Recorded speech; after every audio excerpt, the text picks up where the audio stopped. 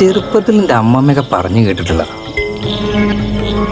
മടപ്ലാശ്ശേരി കൊടിയേറ്റത്തിൻ്റെ അന്ന് ഇവിടെ ഒരു മരണം നടന്നിട്ടുണ്ട്.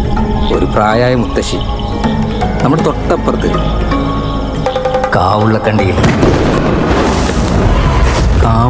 ഒരു മുത്തശ്ശി ഉണ്ടായിരുന്നു.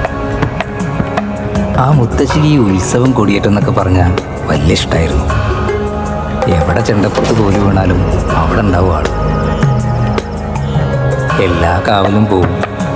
ആദ്യ അവസാനം ഉത്സവം കൂടി എല്ലാം കഴിഞ്ഞിട്ട് തിരികെ വരുള്ളൂ. അങ്ങനെ അവർക്ക് ഈ പ്രായം കൂടി വന്നപ്പോൾ മക്കൾക്കും അവരെ ഭാര്യമാർക്കൊന്നും ഇഷ്ടമില്ലാതെ ഈ പോക്ക്.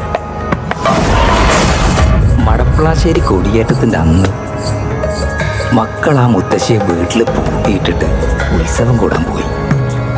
അവർ മടങ്ങി വന്നപ്പോൾ മുറിയിൽ മുത്തശ്ശി മരിച്ചു കിടക്കുകയായിരുന്നു.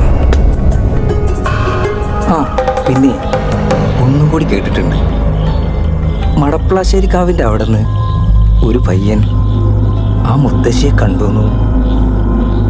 അതിനുശേഷം അവൻ പെട്ടെന്ന് വാർദ്ധക്യം ബാധിച്ച് മരിച്ചു.